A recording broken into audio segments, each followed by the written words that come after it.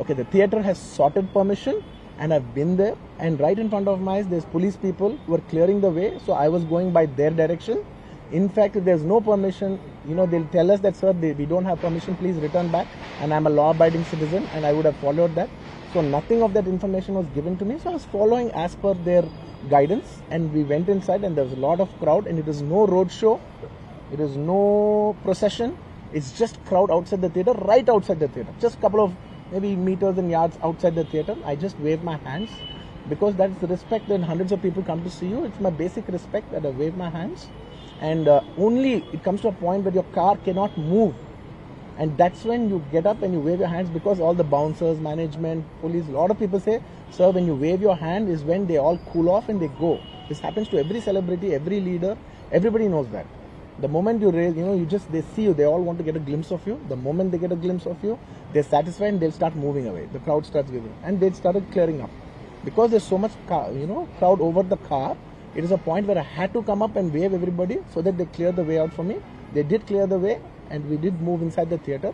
And after watching after we started watching the movie, within few minutes, like maybe I don't remember the time, but within some time they came and told me, sir, there is uncontrollable crowd outside the theatre. You have to please vacate. I said 100% okay. No police personnel, nobody ever told me. It was just told by one or two of my managing people. It is a dark, so I didn't even exactly have details of who even told me. It was one of my managers only. It was no police for sure. Nobody even approached me. Nobody communicated to me. They just said there's overcrowd outside. We have to leave right now. And I left the crowd. And after leaving the crowd, I came back home. And next day, I came to know that there was a lady and there was a child. The lady died. Very, very, very unfortunate. An accident happened in a stampede. Not a stampede, sorry. An accident happened that, that lady died outside the theatre due to that, in that people. A police officer కూడా నన్ను సంప్రదించలేదు, చేతులోకమని చెప్పారు. ఆయన convoy దగ్గర ఎవరైనా police officer మీకు కనిపించినారా? ఎంతో దూరంగా ఉన్నారు, 2 మీటర్లు 3 మీటర్లు దూరం ఉన్నారు. ఆ వెహికల్ దగ్గర ఎవరైనా కనిపించారా? చాలా మీడియాలో చాలా క్లిప్స్ వచ్చినాయి. ఆయన అక్కడ ఏం జరిగిందో అనే విషయాన్ని పక్కకు పెడితే ఆయన ఒక బాధ్యత గల పౌరుడిగా ప్రవర్తించలేదు అనే విషయాన్ని చెప్పగలుగుతాను.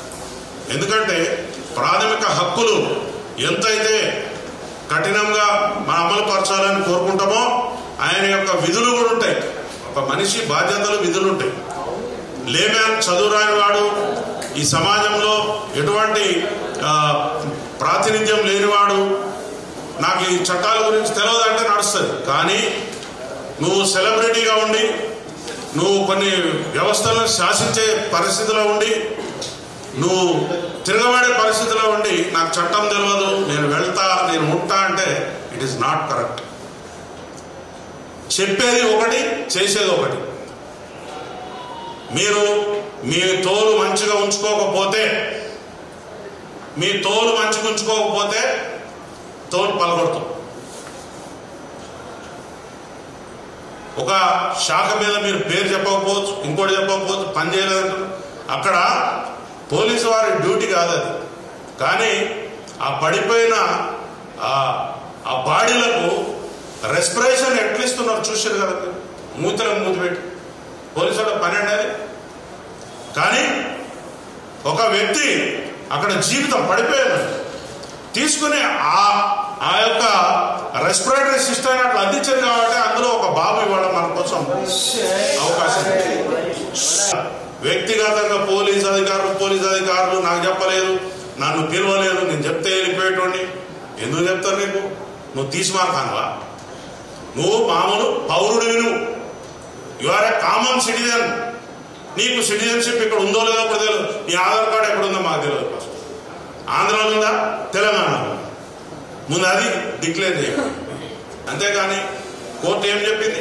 కోర్టు విషయాన్ని మాట్లాడకూడదు. కానీ ఏం చెప్పింది? నీ కోర్టు కేసు తీసేసిందా? తీసేస్తే మరి మంచిగా హ్యాపీగా తెలియదు. తీసేసినాక మాత్రం నువ్వు ముద్దాయి కదా. ముద్దాయి ఏం చేయాలి? నీకు రెగ్యులర్ బెయిల్ కూడా కాదు, ఇంట్రీమ్ బెయిల్. నువ్వు దాన్ని చూసుకుని నాకు అంతా స్వేచ్ఛ వచ్చేసింది అనుకోవద్దు. You are under the clutches of law. చట్టాన్ని నువ్వు ఖచ్చితంగా పాటించవలసినదే. చట్టాన్ని పాటించకపోతే జైలు ఊసల వెనక ఉండాల్సిందే. అది చట్టం. మీరేమన్నా మాకు చుట్టమా? మీరేమన్నా మాకు శత్రువా? మీరేమన్నా మాకు లేకపోతే పాలోడా పగోడా? ఏమున్నది మీతో? కాబట్టి మీ అనుభవం, మీకు 22 సంవత్సరాల అనుభవం ఉంది, 30 ఏళ్ళ అనుభవం ఉంది, మాకు అవసరం లేదు. కానీ మీరు చట్టాన్ని మాత్రం ఖచ్చితంగా గౌరవించాల్సిందే. మీది ఏం కేసు అండి? ఇట్లాంటి కేసులు ప్రతిరోజు పదుల సంఖ్యలో